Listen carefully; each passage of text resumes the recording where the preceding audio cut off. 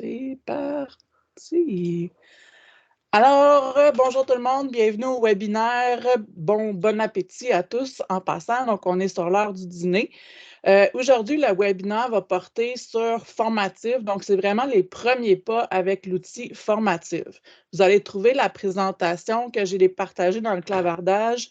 Sinon, je vais le repartager à la fin également, mais vous retrouvez le lien, mon URL Formative Web. Donc, si vous êtes des experts avec Formative que vous l'avez déjà utilisé, vous pouvez toujours m'écouter, mais évidemment, là, je vais faire un premier tour de Formative et il y a possibilité d'avoir des accompagnements aussi pendant l'année avec cet outil, puis je vais en donner un autre plus avancé un peu plus tard, là, je crois que c'est en février. Alors, on démarre. Changer de diapositive. Donc, à nouveau, je me présente pour ceux qui ne me connaissent pas. Donc, mon nom est Corinne Gilbert. Je suis la conseillère pédagogique Récit au Centre de service scolaire des découvreurs. Alors, comme je vous disais, on change de diapo.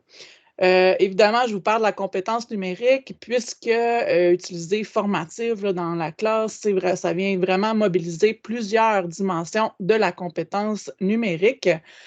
Donc, les habiletés technologiques, on vient les avantages du numérique pour l'apprentissage, il y a des possibilités de collaboration aussi entre enseignants. Et cette activité-ci, évidemment, c'est une activité de développement professionnel et on peut venir toucher beaucoup la différenciation là, avec l'outil. Aujourd'hui, les intentions, c'est vraiment qu'est-ce que Formative et ses nombreux avantages, mais la grosse partie du webinaire aujourd'hui, c'est vraiment l'exploration de l'outil.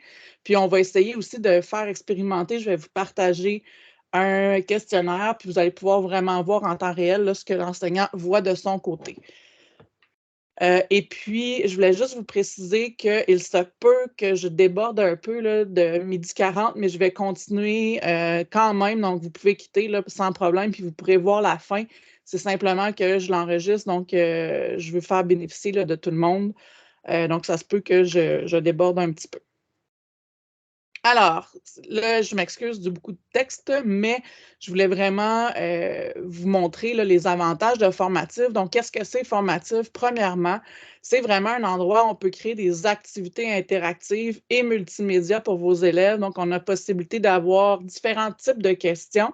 Donc, des choix multiples, des réponses courtes, des réponses ouvertes. Donc, on vous a probablement parlé qu'il est possible de faire les épreuves ministérielles à l'aide des réponses ouvertes. Donc, c'est vraiment un endroit où les élèves peuvent venir écrire leur texte sans les outils d'autocorrecteur. Je vous en parlerai un peu plus tard, mais la prochaine session sera sur le sujet. Ensuite, les élèves peuvent venir ajouter leur dessin. Donc, par exemple, on parle de dessin, mais on parle aussi d'illustrer sa pensée. Donc, si on peut lui faire résoudre des problèmes de mathématiques, par exemple, on peut le voir faire sa démarche. Il peut faire sa démarche à même l'outil. On peut ajouter des fichiers audio, des fichiers vidéo. On ne part pas de zéro nécessairement. Donc, vous pouvez partir de vos documents PDF, vos Google documents, vos présentations, slides et les rendre interactives par la suite. Donc, les vidéos YouTube, des sites web, on peut l'utiliser pour des auto-évaluations. On peut l'utiliser aussi pour des billets de sortie, les évaluations par les pairs, des productions écrites sans correcteur. Il n'y a pas vraiment de limite et vous verrez probablement chacun de votre côté, en fonction de votre discipline, votre secteur, des possibilités d'utilisation également. Donc, voir la possibilité de voir les réponses de vos élèves en temps réel sur un tableau de bord, puis de leur donner de la rétroaction, soit audio, vidéo, par écrit, par dessin. Donc, c'est aussi, on peut automatiser là, les rétroactions. Donc, ça vous évite, évidemment, là, ça baisse la pile de correction, comme je pourrais vous dire.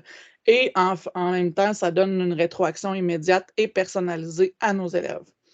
Il y a des outils d'analyse pour suivre la progression des élèves, puis le progrès et les besoins de vos élèves. Donc, ça peut être aussi un outil qui vous permet, à l'aide des billets de sortie, par exemple, d'ajuster votre enseignement en conséquence. Donc, si vous en faites à la fin de chaque période, par exemple, ou à la fin d'une séquence, donc c'est possible de pouvoir ajuster votre enseignement au fur et à mesure que vous avancez dans une leçon. C'est possible de collaborer, comme je vous disais, ça brise l'isolement, puis ça évite de de tout faire de notre côté ou de refaire ce qui est déjà fait. Donc, c'est possible de collaborer avec d'autres enseignants de l'école ou encore du CSS, pardon, mais il y a aussi possibilité d'accéder à une bibliothèque. Là, il y a au-dessus de 10 000 activités créées par des enseignants du monde entier. Donc, il y en a en français, il y en a qui proviennent du Québec. Donc, c'est possible d'aller chercher là, des outils qui sont déjà faits, puis de les améliorer, puis de les mettre à notre couleur. Puis, un gros avantage, évidemment, c'est que ça communique avec votre environnement d'apprentissage Google Classroom. Donc, c'est possible en un seul clic d'importer vos élèves, vos classes d'un seul coup. Vous pouvez publier vos formatives à l'intérieur de votre Classroom. Donc, ça, c'est vraiment un gros avantage aussi. Bon, là, je me répète, mais pour ce qui est des évaluations, là, des évaluations, pardon, plus formelles. Donc, il y a la possibilité là, de synchronisation avec Classroom, donc ce qui permet aux enseignants de décider précisément qui a accès à l'évaluation. Donc, si un élève, par exemple, n'est pas dans votre classe, il ne peut pas avoir, donc ça ne peut pas être partagé. Donc, seul l'élève qui est dans votre groupe peut avoir accès à votre évaluation, puis ça évite que ce soit partagé à de nombreux élèves. Là, donc, évitez que votre copie soit partagée à d'autres élèves. Donc, gardez votre évaluation pour vos élèves uniquement. Donc, l'enseignant peut déterminer à quel moment l'épreuve est disponible.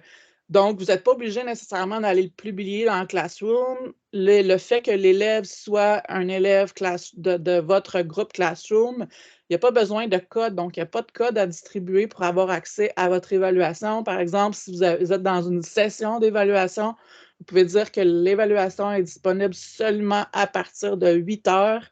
Évidemment, si il y a un 8h15, là, vous pouvez le changer aussi, mais à partir de 8 heures jusqu'à 11 heures, par exemple. Et après ça, l'élève n'y a plus accès. Donc, ce qui arrive, c'est qu'il se connecte à Formative et là, ça va automatiquement détecter votre évaluation.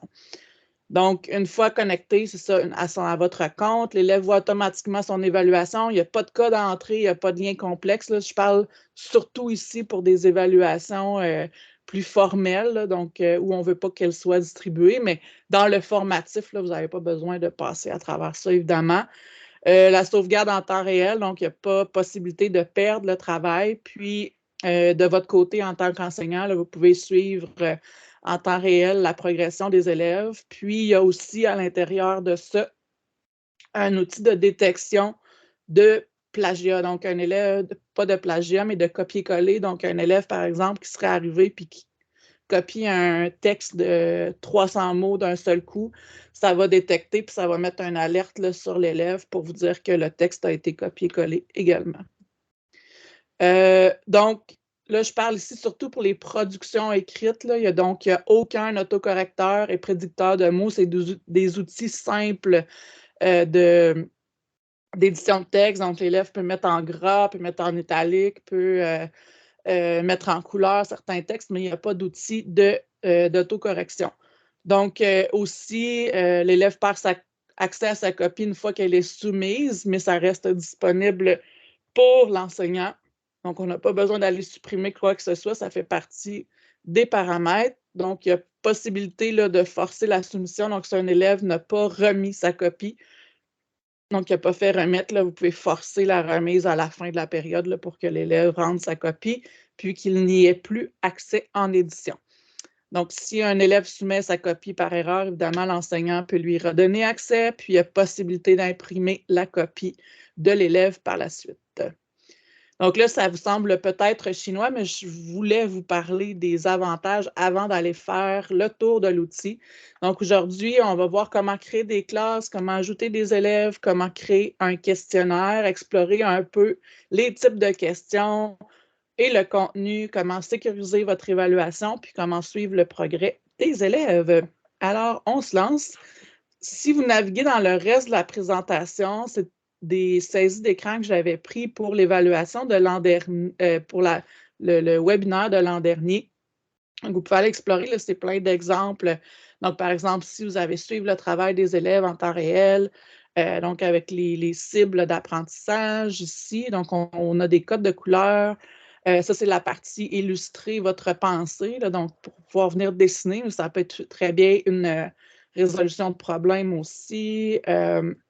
Donc, améliorer, faciliter, vous pouvez faire un tour là, de tout ça finalement pour votre connaissance personnelle. Alors, je me rends dans formative. Ici, on va agrandir le tout. Alors, pour se connecter, on fait tout simplement connexion. Et vous avez la connexion avec votre outil Google. Donc, c'est l'avantage puisque vous n'avez pas de mot de passe à retenir. On vient se connecter. Donc, si vous n'avez pas de compte, vous devez vous inscrire. Et là, vous allez dire si vous êtes un enseignant. Et là, on revient au même endroit. Là. Donc, c'est sûr que si vous prenez connexion et que vous n'avez pas créé de compte, là, ça ne fonctionnera pas. Donc, moi, j'ai déjà mon compte. Je viens dans connexion et on clique tout simplement sur formative.com. Je vais dans connexion. Je me connecte avec Google. Et on arrive sur le tableau de bord de formative. Donc, si vous ne voyez pas cette partie, vous pouvez la dévoiler en cliquant sur, on appelle ça soit un hamburger ou 3 lignes, comme vous voulez. Donc, aujourd'hui, ici, c'est le tableau de bord. Donc, vous avez vos formatives récents qui sont là, vos classes, mais en même temps, elles ne s'affichent pas toutes. Donc, si vous avez 6 classes, là, probablement qu'elles ne seront pas affichées ici. Et vous avez des liens rapides, donc c'est un endroit où vous pouvez venir placer des sites que vous utilisez souvent, là, donc ça reste dans votre interface, dans votre tableau de bord, donc il y a possibilité d'ajouter des liens pour un accès rapide. Donc, par exemple, ça peut être votre progression des apprentissages, le programme de formation également, comme vous le souhaitez. Alors, habituellement, on passe du haut vers le bas pour présenter formative. Moi, je vais partir du bas vers le haut. Donc, ici, on retrouve votre compte qui est là. Ensuite, on a les notifications. Donc, vous pouvez venir ici. Donc, moi, j'ai travaillé à l'intérieur aujourd'hui, donc j'ai des notifications. Vous avez le centre d'aide, le centre d'entraînement qui regorge d'une tonne de formations pour aller plus loin avec formative. Sont en anglais, mais quand même très faciles à suivre. Et vous avez des ressources ici. Donc, moi, je vais venir surtout dans le compte pour vous montrer certaines choses à mettre en place avant de commencer à travailler avec Formative. Donc, de mon côté, je tiens à préciser que j'ai la version argent. Donc, je n'ai pas la version encore centre de service puisque c'est quand même c'est une décision que nous devrons prendre dans le futur, mais là, j'ai la version argent. Donc, si jamais vous voulez, mais il y a possibilité là, de travailler facilement avec la version gratuite. C'est juste que vous avez moins de possibilités au niveau des types de questions, mais quand même, on peut y arriver avec la version gratuite. Donc, tout d'abord, on vient ici dans notre compte, dans les réglages. Et ce qui est intéressant de venir personnaliser ici, c'est que, donc ici, on appelle ça normes, là, mais en fait, c'est l'ensemble des programmes de formation. On vient chercher les critères d'évaluation, les compétences. Donc, les compétences sont ici. Là, vous voyez, j'en ai ajouté plusieurs. Là, donc, je voulais faire des tests, mais donc, on clique sur Ensemble des compétences. Et là, bon, vous avez tous les programmes de chacune des États américains. Mais on peut cliquer sur Québec en français. Et ici, vous allez avoir là, vraiment chacun des programmes. Donc, on a mathématiques, sciences et technologies au premier cycle du primaire. On a aussi les programmes au secondaire. Là, habituellement, c'est écrit à côté. On a même les programmes du préscolaire, donc les domaines, les compétences. On a les compétences transversales également. Vous avez les COSP, culture. Donc, CCQ est déjà arrivé avec à l'intérieur également. Et là, on dirait que je ne le vois pas, là, mais vous avez secondaire aussi. Ah, voyons, ça va me tomber dans le visage. Donc, secondaire ici, par exemple, pour géographie, histoire, éducation à la citoyenneté. Donc, vous pouvez cliquer et à ce moment-là, vous pouvez identifier là, chacune des compétences que vous travaillez par rapport à la progression des apprentissages quand vous créez une activité. Donc, on va le revoir un peu plus loin. Et ici, c'est vraiment, là, on parle beaucoup de cibles, donc c'est la façon dont vous évaluez, là, par code de couleur, par exemple, vos cibles. Et ici, on voit vraiment la catégorie, donc vous pouvez décrire ce à quoi correspond le vert, mais vous pouvez venir le personnaliser en fonction de vos critères, donc pour atteindre la cible, là, de le colorer. Donc, si vous utilisez ça avec vos élèves, vous pouvez venir le personnaliser ici et vous pouvez en ajouter également. Et on place là, les notes qui correspondent à chacune de la progression, là, en fait, d'où est rendu l'élève. Ensuite, on a des options d'attribution par défaut. Là, vous pouvez venir le personnaliser, prendre le temps de le lire, mais sans perdre trop de temps. Il y a des outils d'intelligence artificielle qui ont été ajoutés, sont en mode bêta, évidemment, mais c'est intéressant là, de l'activer parce que parfois, ça peut vous sauver du travail là, pour certaines parties. Par exemple, ça peut vous générer des banques de questions. Donc, venez les activer là, parce que je vais en parler un petit peu plus loin.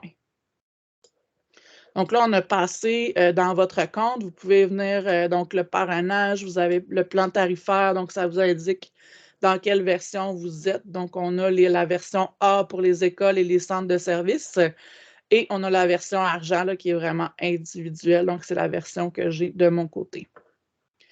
Donc, on va y aller du bas vers le haut. Donc, les équipes ici, moi, je vais passer cette partie-là, mais je vais venir dans un premier outil d'intelligence artificielle qui est là, qui est en mode bêta, qui est Entraîne-toi. Donc, c'est pour créer des flashcards, donc des outils de révision. Et ça va vous en créer une banque automatique. Là. Vous dites, par exemple, sur quel sujet, quel niveau, quelle spécificité dans la matière. Et là, ça va vous créer, par exemple, une banque de questions. Là, je l'avais fait sur le développement professionnel ici. Donc, là, si je veux faire un aperçu, je peux ajouter des questions une fois qu'il l'a créé. Je peux mettre des questions audio aussi. Donc là, on voit le petit outil audio ou encore avec une image. Donc, ça peut être pour le vocabulaire dans une langue seconde ou tierce. Et puis, vous pouvez mettre du son aussi. Donc, ça peut être quelque chose et l'élève essaie de l'écrire par la suite. Donc, ça, c'est les questions qui étaient là. Donc, celles-là sont blanches et on peut avoir un aperçu de ce que ça donne en flashcards, par exemple. Donc là, quelles sont les différentes façons de se développer professionnellement? Là, je réponds et j'ai la réponse. Là, je dis j'ai compris, je n'ai pas compris. Donc, ça, c'est des outils de flashcards. Puis l'autre option, c'est des rencontres. Donc, c'est d'essayer de jumeler une question avec une réponse pour éliminer toutes les cartes de la surface.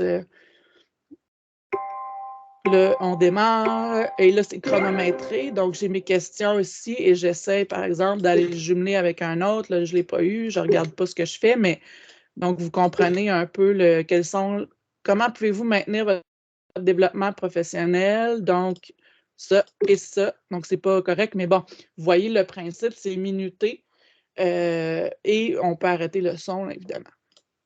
Donc, comment on fait pour se rendre là, pour en créer pour nos élèves? On clique, par exemple, sur la matière, donc maths, sciences, études sociales ou autre chose. On le nomme. Là, je vais faire un test. Donc, sélectionner le niveau, par exemple, 3e année, et le sujet on va dire français, et on va lui dire de le créer. Donc, ici, là, par exemple, il faut lui dire exactement donc, les verbes au présent, avec un S et pas de S ici.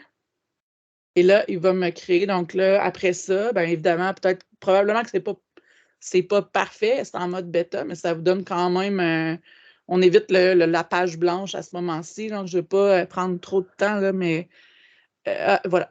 Donc, je être, donc là, ça m'a fait 10 questions environ. Et là, je peux avoir un aperçu en flashcard. Et là, donc, tu as, donc là, il l'a traduit en anglais.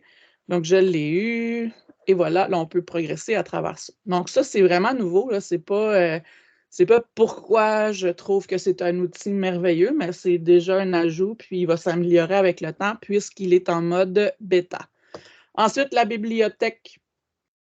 C'est ici que je vous disais qu'il y avait, on ne part pas de rien, donc si vous voulez commencer à l'utiliser et pas tout créer, il y a vraiment beaucoup de matériel là, qui a été créé, autant par des enseignants du Québec. Donc là, vous pouvez voir, on peut rechercher par titre, donc quelque chose de spécifique, et on a des filtres. Donc moi, je voulais que ce soit en français. Là, vous pouvez venir choisir la langue ici. Pour les niveaux, donc je veux aller par exemple en 4e année. Et les sujets, on va aller encore, là, je ne suis pas originale, mais on va aller en voyons, français. Il est où? J'ai passé tout droit, là. Histoire, tiens, parce que là, il n'y en a pas. Il fallait que je choisisse quelque chose qu'il n'y avait pas. Donc, en français, ici, pour les 4e années, il y en a peu, mais il y en a déjà ici qui existent. Donc, on a le passé composé. Là, vous pouvez voir de quoi ça a l'air. Là, vous avez une vidéo, vous avez de l'audio qui est là. Et donc, quels sont les personnages dans la vidéo? On revient en arrière. Là, je vais essayer de changer de niveau peut-être. Je vais aller en 6e année en français. Et là, on en a beaucoup plus. Donc, vous voyez là ici qu'il y a beaucoup de matériel qui a été fait. Puis, je pourrais chercher sur la cuisine, par exemple. Donc, ici, là, on a quelque chose sur la cuisine, mais ça peut être les verbes aussi. Là, je ne suis pas originale dans ma recherche, là, mais c'est juste pour vous montrer. Donc, ici, on voit test de verbe passé composé 6e année. Là, je peux voir de quoi il a l'air. Et si ça me plaît, je peux faire ajouter ce formatif et il va s'ajouter dans ma banque de formatives à moi. Là. Donc, je vais pouvoir après l'utiliser et venir le modifier et l'ajuster en fonction de ce que j'ai besoin. Là, je l'ouvre comme ça, mais vous pouvez avoir un aperçu tout simplement en glissant dessus aussi. Et vous faites, quand il vous plaît, vous faites ajouter à ma liste de formatives. Donc, on pourrait chercher québécois. Donc, ici, probablement que là, ça, c'est un enseignant qui a partagé un dossier au complet sur la cuisine et la nourriture. Donc, à l'occasion, là, c'est des dossiers aussi, mais sinon, c'est vraiment quand il y a le petit logo de formative ici, c'est un test en particulier. Donc, ici, on voit avec des images, vrai ou faux. Moi, on voit que lui, je l'ai déjà ajouté, là. On va le retrouver tout à l'heure dans mes listes de formatifs. Donc, ici, grand corps malade, etc. Donc, essayez d'aller faire un tour là-dedans pour voir ce qu'il y en est. Ici, le compte-rendu, c'est ici que vous allez vraiment faire le suivi de vos élèves. Vous pouvez exporter vos données, là, mais là, vous voyez que je n'ai pas beaucoup d'étudiants. Mais dans les 14 derniers jours, là, je pourrais venir dire un peu plus long que ça. Donc, dans l'année dernière, ça n'a pas enregistré. Donc, je ne peux pas. Mais bon, ici, on suit nos élèves. Ici, c'est mes classes. Donc là, comment on crée les classes? Il y a 2 façons de faire. Donc, soit que ça se synchronise avec votre classroom. Donc, vous voyez le petit G ici, c'est-à-dire que c'est des groupes que j'avais dans mon classroom. Et ici, c'est les tests que je leur ai donnés dernièrement. Mais vous avez la possibilité ici d'avoir une classe où vous importez vous les entrez manuellement ou vous copiez les données. Donc, si vous n'avez pas de Classroom, mais sinon, je vous conseille de connecter Classroom parce qu'après ça, vos étudiants se mettent automatiquement à jour et vous pouvez partager là aussi dans cet environnement numérique d'apprentissage-là. Donc, pour ajouter, classe, ça c'est manuellement. Donc, on vient ici, on donne le nom de notre classe, une abréviation, on choisit une icône. Là, je vais faire un autre, je vais l'écrire test. Test 2. Je choisis donc je vais faire T2. On choisit une icône et on fait créer. Là, ici, on ajoute nos étudiants. Donc, soit que vous partagez un lien à vos élèves, puis là, ils vont se connecter comme étudiants dans votre classe, ou vous venez copier-coller vos données CSV, ou vous les entrez manuellement, et là, vous placez un mot de passe. Donc, ça, c'est si vous n'avez pas d'environnement numérique d'apprentissage Classroom. Sinon, on fait tout simplement synchroniser avec Classroom. On a aussi Teams, là, donc c'est important de le préciser. Et là, on se connecte. Et à ce moment-là, j'importe, là, j'en ai beaucoup, là, donc je peux venir choisir le groupe que je veux et je fais importer. Et à ce moment-là, il va importer mes élèves. Et c'est la même chose si j'ai un élève qui s'est ajouté. Donc, si par exemple, classe de Corinne, il n'est plus dans le cours, donc là, je pourrais venir l'importer dans ma classe parce que j'ai déjà. Donc, s'il y a un élève qui s'est ajouté dans mon classroom, là, je peux venir l'ajouter comme ça. Et voilà. Donc, ça, c'est classe pas très compliqué. Là, donc, il y a 2 options. Et là, on entre vraiment dans les formatifs. Donc, c'est ici, on voit mes classes en haut. Donc, ici, c'est pouvoir le partager publiquement. Donc, je vais vous le faire tout à l'heure. Là, je vais vous en partager un de votre côté pour que vous puissiez voir. Et ici, on voit que c'est mon groupe classe de Corinne. Là, ce n'est pas ordonné. On peut faire des dossiers. Là. Vous voyez que j'ai fait plein de tests, mais on peut venir ajouter. Ici, là, on va voir le dossier, mais quand on veut partager un test dans une classe, on vient ici et on clique sur la classe à qui on la rend disponible par la suite. Donc ça, je vais vous en parler un peu plus tard. On va aller vraiment dans créer un formatif. Donc, on a créé un formatif de toute pièce, donc on part de 0. On a auto-généré un formatif. Donc, si c'est de l'intelligence artificielle, vous pouvez écrire le sujet, le niveau, type de question que vous voulez et il va vous faire un premier jet d'un formulaire. On peut importer un PDF. Donc, à partir d'un PDF que vous avez, et là, soit que vous ajoutez manuellement vos questions, mais on peut aussi l'auto-générer à l'aide de l'intelligence artificielle. Donc, il va vous créer des questions. On va y aller tout de suite, je pense, parce que les autres options, c'est d'ajouter un Google document ou d'importer des diapos. Donc, je vais faire améliorer un PDF. Donc, je pars de. J'ai quelque chose que j'ai. Donc, ici, c'est Lustucru. Donc, c'est une compréhension de lecture. C'est un PDF avec déjà des questions là, qui avaient été faites par une enseignante. Là, ça importe mon document. Il va reconnaître les 2 pages de questions que j'ai pour ce questionnaire-là. Et là, j'ai 2 options. Donc, soit que j'ajoute les 2 documents comme ça et je viens créer mes questions manuellement, ou pour me sauver un peu de travail, je fais ajouter les questions que l'intelligence artificielle va passer sur votre document et il va essayer de convertir les questions. Là.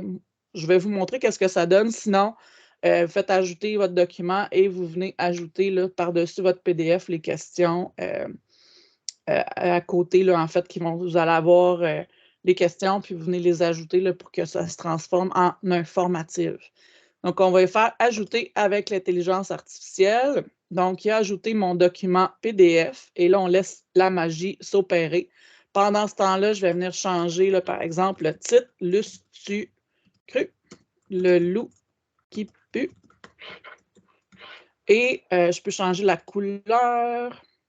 Je peux m'ajouter une note personnelle. Donc, et là, l'intelligence artificielle travaille. Là, donc, vous allez voir là, les questions qui vont apparaître là, tranquillement à côté. Sinon, vous pouvez, là, vous voyez, ça commence à apparaître, là, mais sinon, là, vous pourriez venir à l'aide du plus, venir cliquer ici et là, vous choisissez le type de question qui est associé. Donc, on ne peut pas aller modifier le PDF, mais la question va toujours s'afficher à la droite de votre PDF. Donc, par exemple, ici, c'est une question à développement. Donc, c'est une réponse courte ou encore, voyons, il s'enlève, ou encore une question ouverte, un peu plus longue. Donc, ici, c'est là que vous voyez là, la différence entre la version argent et la version bronze, là, qui est la version gratuite. Donc, vous êtes un peu plus limité dans le type de questions que vous pouvez poser, mais quand on s'en va avec... donc, vous avez les essentiels là, avec le bronze. Donc, vous avez la possibilité d'ajouter une réponse courte, choix multiple, etc. Mais là, on voit qu'il y a des menus déroulants, des tableaux à double entrée, des textes à trous, etc. Donc, ajouter un tableau blanc, ajouter une vidéo, donc l'élève pourrait répondre en vidéo, en audio, etc. Puis vous pouvez ajouter une question audio aussi en tant qu'enseignant. Donc, c'est une bonne façon de venir faire de la différenciation, d'être un peu inclusif dans nos questions. Donc là, je reviens à ma compréhension de texte, est allée chercher l'intelligence artificielle, vraiment toutes les questions qui étaient déjà là. Donc là, je n'ai pas besoin de les refaire.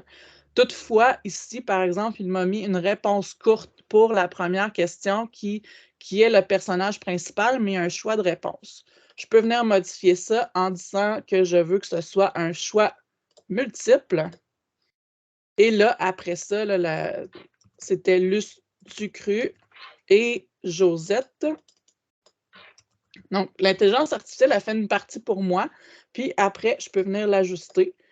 Donc, Luce Ducru, et là, je coche la bonne réponse et on peut ajouter des explications au choix de réponse. Mais là, il n'y a pas de texte, un peu plus difficile, là, mais vous pouvez dire des indices à vos élèves. Donc, ça, vous pouvez le faire manuellement, mais si vous aviez le texte qui était là aussi, vous pourriez faire générer une explication avec l'intelligence artificielle également. On peut le mettre en ordre aléatoire.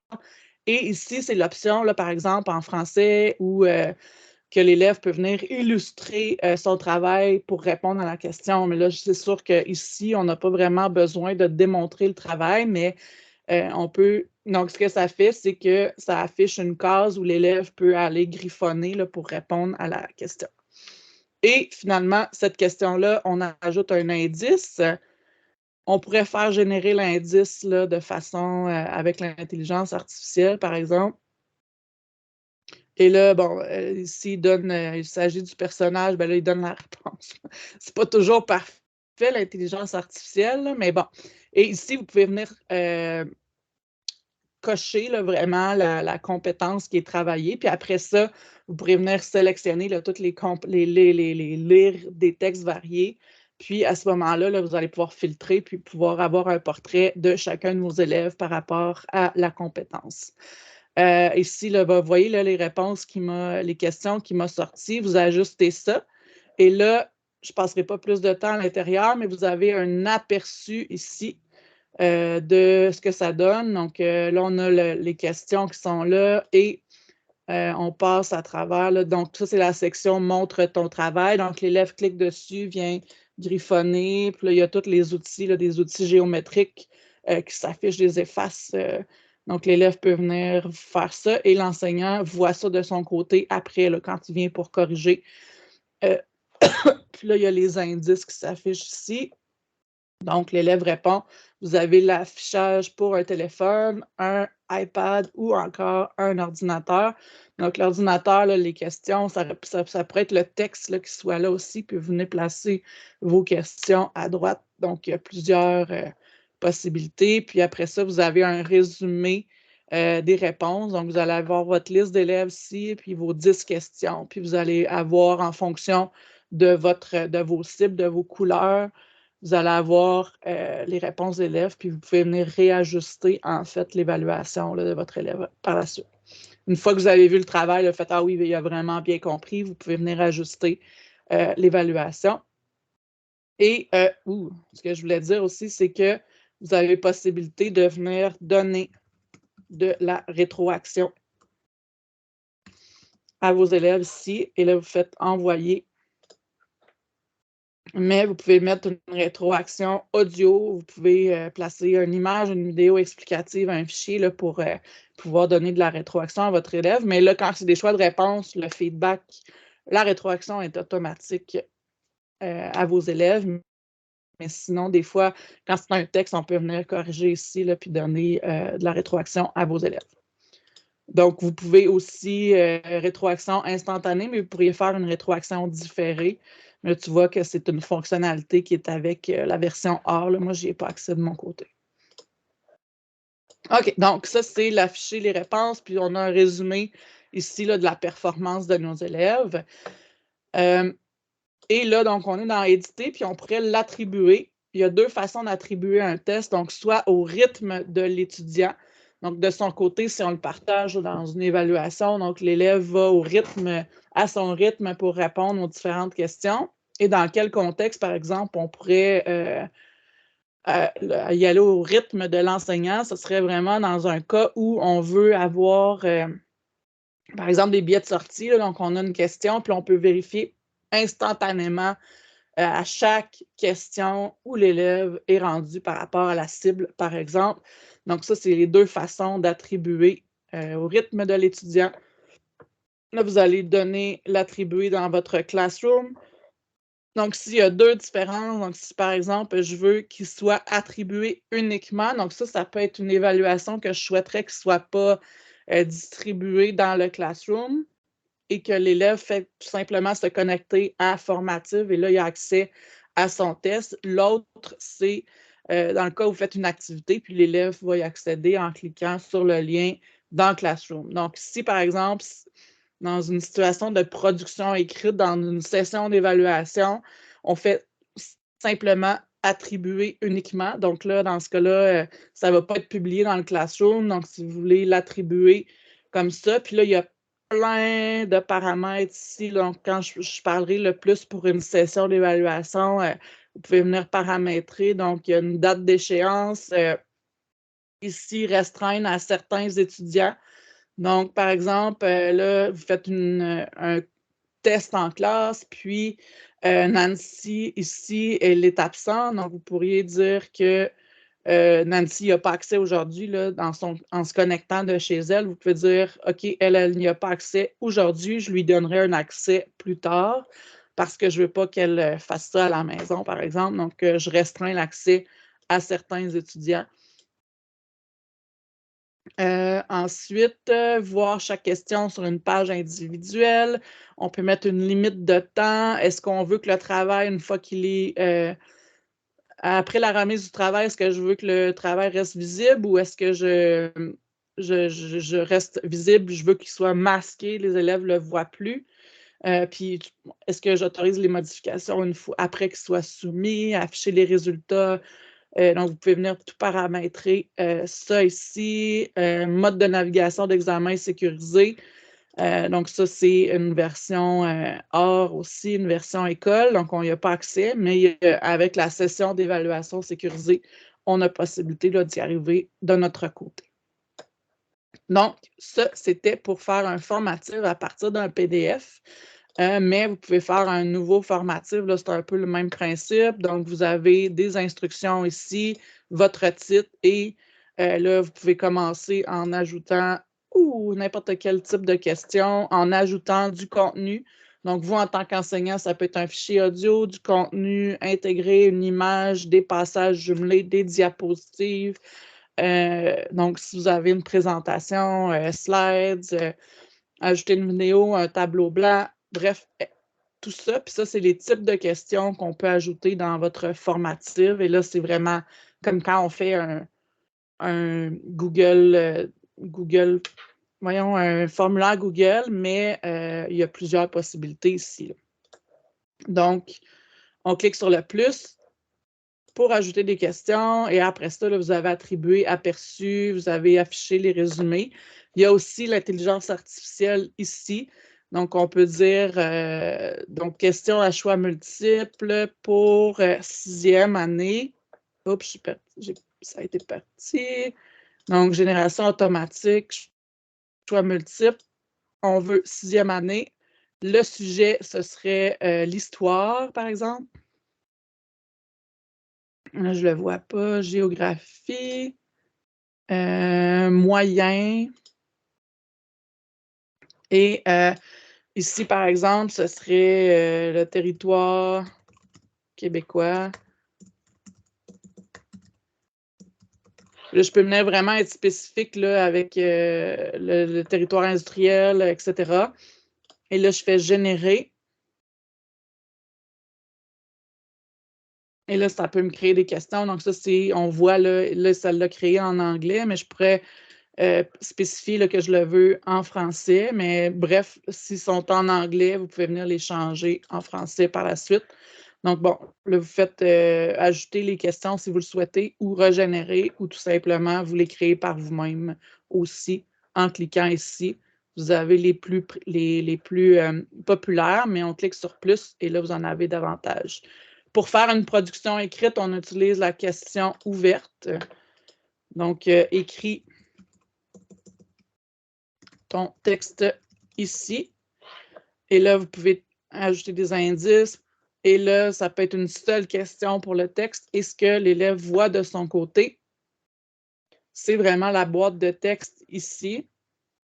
Commencer à écrire son texte. Et là, ce qui est l'avantage, c'est que ça s'enregistre automatiquement pour les élèves. Donc, s'il y a une panne de réseau, etc., il va retrouver son texte. Puis là, quand il vient le surligner, bien, en fait, c'est les seuls outils d'édition qu'il y a. Donc, il peut ajouter des liens, il peut mettre en gras, mais il y a sa boîte de texte. Puis, il n'y a pas de limite là, pour la quantité de mots qu'il y a à l'intérieur ici. Je pensais qu'il y avait le compteur de mots. Je pense que là, je ne veux pas m'avancer, mais je pense qu'il y a quelque chose qui calcule les mots automatiquement aussi de son côté. Donc, ça, c'est les façons de créer des formatifs. Là, vous voyez, j'en ai fait sur la société québécoise. Donc, ça, c'était à partir d'un PDF, des vrais ou faux. Donc, c'est celui-là que je vais, pour ceux qui restent ici, je vais vous en partager un vraiment facile pour s'il reste quelqu'un, sinon, ce n'est pas plus grave. Donc là, je vais l'attribuer. Attends un petit peu. Ce que je vais faire, c'est que je viens le vrai ou faux ici. Donc, public. Donc, je veux un lien sans le partager dans mes classes. Je veux le partager. Je donne une formation. Ce n'est pas des gens de mon CSS ou c'est des élèves. Peu importe, je peux faire ça facilement ici en cliquant sur le plus et faire attribuer. Et là, ce que ça va faire, c'est que ça va me donner un lien que je peux vous partager dans le clavardage. Et là, si j'ai quelques élèves, et voilà. Donc là, si vous cliquez dessus, vous allez pouvoir répondre aux questions. Et là, moi, je vais pouvoir afficher les réponses ici. Et là, pour l'instant, je ne vois personne, là, mais donc, je vais pouvoir voir au fur et à mesure la progression de mes élèves. Mais je vois que, donc, ce serait comme ça que je pourrais faire là, si je n'ai pas de groupe. Mais là, je vois que probablement les gens, j'avais dit que je dépassais, donc probablement que les gens ne sont pas là. Donc, si je veux annuler la publication, je fais. Donc, ici, là, c'est ça, je n'ai pas, mais je pourrais regrouper par critères d'évaluation. Je pourrais trier, réglage, je pourrais masquer le nom des étudiants là, si je l'affiche à l'écran comme ça. Mais donc, c'est la façon de faire. Puis, je pourrais annuler, afficher les paramètres, là, puis je pourrais le fermer ici. Je vais le rendre disponible. C'est ça, tantôt, je l'avais fermé. C'est probablement pour ça que vous n'y aviez pas accès. Là, normalement, si vous cliquez sur le lien, donc là, je l'avais fermé tantôt pour qu'il ne soit plus disponible. Je suis venue le rendre disponible. Et là, maintenant, probablement que si vous cliquez dessus, là, vous allez avoir accès au formulaire. Donc là, je ne passerai pas de temps. Là, probablement que les gens n'ont pas cliqué sur le lien, là, mais donc c'est la façon de faire. Alors, je pense que j'ai fait un premier tour de formatif. Donc, vous pouvez classer vos documents par la suite ici. Et ce qui est important là, de savoir, c'est que j'offre aussi des accompagnements en lien avec cet outil. Puis aussi, il y aura une autre session là, qui sera offerte un peu plus loin là, dans la série de webinaires. Donc, ne vous gênez pas si vous avez besoin d'accompagnement. Et cette présentation-là est enregistrée. Mais bref, la meilleure façon de le découvrir, c'est de tester des choses. Donc, n'hésitez pas là, à toucher un peu à tout. C'est comme ça qu'on va finir par découvrir l'outil. Alors, je vous remercie. Je vais revenir à ma présentation. Vous avez d'autres inspirations également dans la présentation que je vous ai partagée. Et je termine en mentionnant que les prochains webinaires des services éducatifs, donc la semaine prochaine, il y en aura 2 exceptionnellement. Donc, celui du 4 octobre, c'est sur la présentation des différents services de l'école branchée.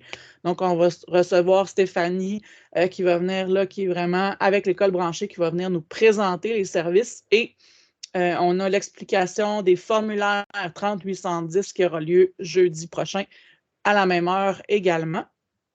Et je partage à nouveau, donc si vous voulez me contacter, il y a différentes façons de le faire. Et donc, la présentation d'aujourd'hui, le support visuel, c'est monurl.ca formative 1 web. Je vous remercie vraiment de votre écoute et je demeure disponible après. J'arrête l'enregistrement à l'instant. Donc, je vous remercie beaucoup. Bonne fin de journée à tous.